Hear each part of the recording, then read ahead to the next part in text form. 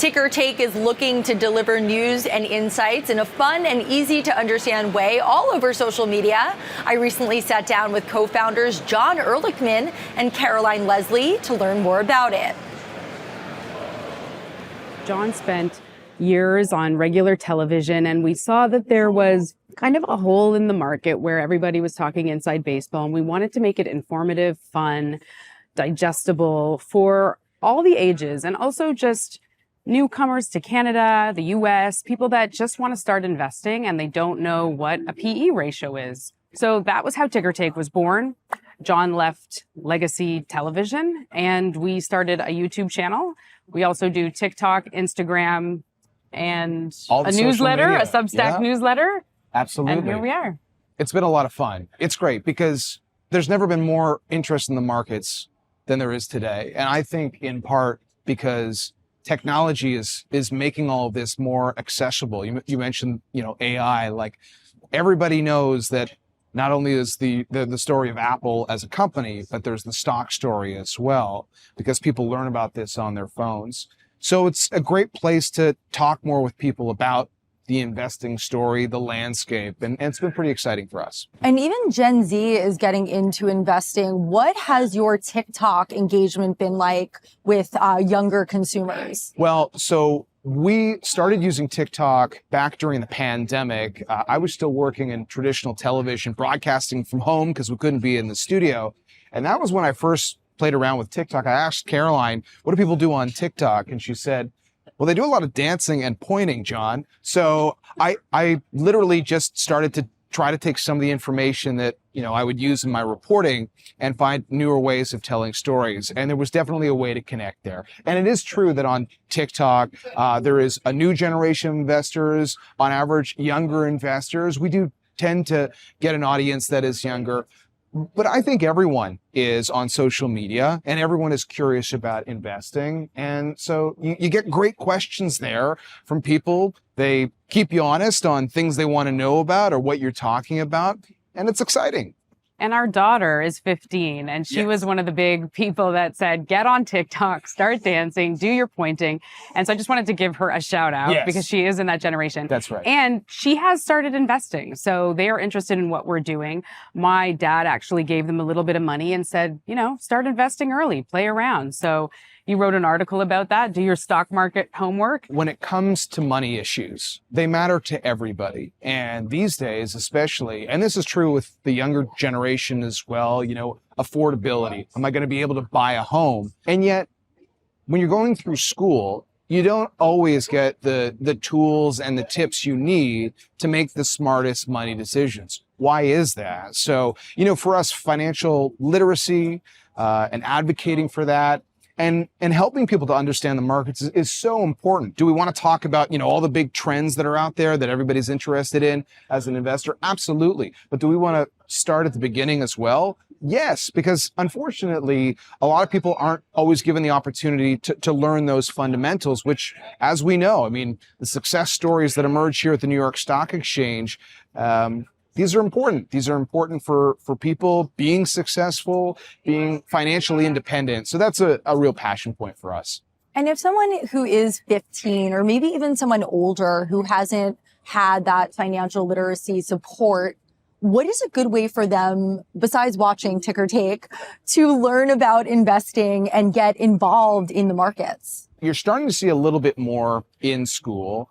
But there's so many online resources that people can tap into and just to start asking questions. And, maybe there's a way to have more of a family discussion. I'm glad Caroline brought up the point of her dad saying to his grandkids, I want you guys to at least get into the mix here. Learn what it's like to invest because I didn't have that opportunity myself. And actually on a similar note, these days, as you know, there's so many different ways to just test out the markets, paper trading contests, right? Where you don't actually have to do real investing, but you can be in a very real way committed to trying out investing. So many different platforms are offering that. So with a click of a button, you can get started pretty quickly. Yeah, that's exactly what I was going to say, the paper trading thing. So you can just play around and see how it's going to go for you. Also, just bringing it into the school, the education programs, I think should be a bigger part of what's happening. And they actually just introduced in Canada a high school credit for financial literacy. So I think that's amazing. It's a great start. Speaking of investing, there are a lot of dollars going into the AI space. What is your take on this space right now? Well, we ask a lot of our guests about the AI story, and I would say that it does feel like we are in a bubble. But the question is, what kind of bubble are we in? Are we in a bubble that is going to pop, or is it like when you're blowing a bubble with your gum and it might deflate a little bit after, a big, round, juicy moment? I think everybody's asking that question right now. The challenge is that what makes this different, in my opinion, from, let's say, the most comparable bubble that we hear people talk about, which is the internet boom.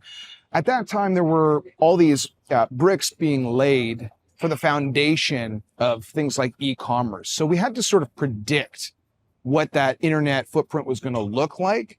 And then in a lot of ways, they overbuilt. Whereas today, you have most of the money coming from these big technology companies. They might scale back a little bit on that. But when they're able to invest and then roll out product right away and then generate returns on that investment and then tell their investors about it on conference calls, that's a different situation.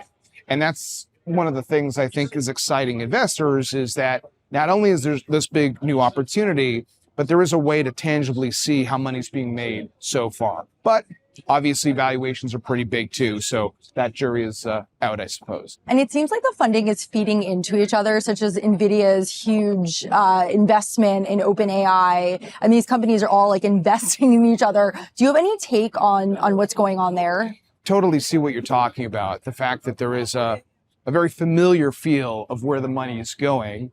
At the same time, a lot of those companies are the ones that are required to do this build out. We did a video recently about the so-called hyperscalers, the Microsofts, the Alphabets, the Amazons of the world, who are oftentimes partnering with the NVIDIAs of the world to do this big build out. But I guess without their build out, would you be able to see all these AI tools that they're able to, put out into the world? What do you think, Caroline? Yeah, like Nebius just did the deal with Microsoft. Yeah. But I like to look at it in buckets. So like how they all kind of feed into each other. So you have like the designers and the architects, NVIDIA, AMD. Then you have the manufacturers, which, there's Samsung, but like I would argue that Taiwan Semi is really leading the charge with that one. And then you look at the memory, which the GPUs wouldn't operate without the memory. And I really love, we talked about this recently, the Korean company SK Hynix. And then you have like the GPUs that get so hot and the data centers get so hot, and you have the cooling systems and you have Vertiv Holdings. And so there's so many, I get really excited about the tech and the AI stuff because there's all these buckets and these avenues. And then we had Kevin O'Leary on our show last week, and he was talking about the whole the real estate and the land, because you're going to need the land for the data centers and the warehouses. And so, there's Brookfield infrastructure. And he was talking about buying land in Alberta because you're going to need this land for all these. So there's just so many different avenues that feed into each other within the AI space that I think the bubble is not bursting anytime soon.